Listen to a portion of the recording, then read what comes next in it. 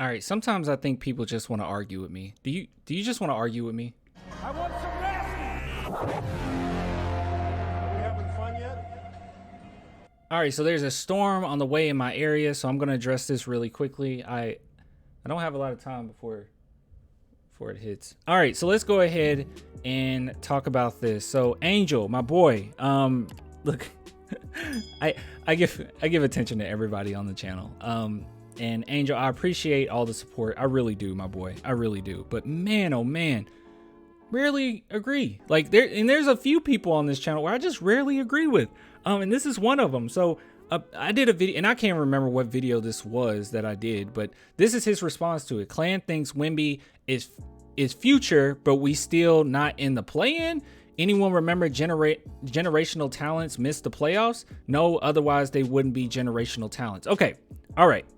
Okay.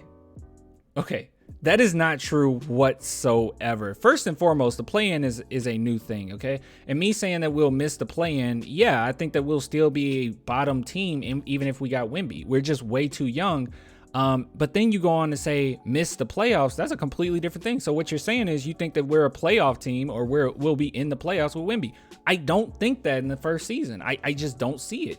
And one of the big reasons for that is Wemby is going to have to adjust. The type of player that he is, he's not going to come into the NBA and absolutely like be a top 10 player or anything like that. Like he's going to have to adjust to being more of a KD role. We're going to have to experiment with where he actually is going to fit. Like, do we put him at center? Probably not. Do we put him at power forward? Maybe small forward. So we don't know there. So that's going to be a process. All right. And there's going to be a lot of L's within that process. But this right here is just wrong. It's just blatantly wrong. When you say generational talents, do they miss the playoffs? Yes, all the time. Generational talents that are rookies miss the playoffs all the time. Having with Luka Doncic, having with LeBron James, having with Kevin Durant. Yeah, I think Luka Doncic's team when he first got to the league was like bottom 3, right? Like, I mean, they were absolutely awful. So yes, that happens all the time. It doesn't matter how great you are. If you're going to a rebuilding team, you're probably gonna miss the playoffs, man. I know a lot of people like to go to Duncan. They're like, what about Duncan? But Duncan came to a team that was already pretty established, man. You have veterans like Avery Johnson, Sean Elliott, David Robinson. I mean, that one was truly an outlier. Like you were not expecting to be that trash, be able to get Tim Duncan because of injuries, and then have your team intact over the next like few years. Like that's a rarity when that happens. Right now, this is a full rebuild, an intentional rebuild. In intentional rebuilds, this is what happens. So yeah, I don't really know what you mean here.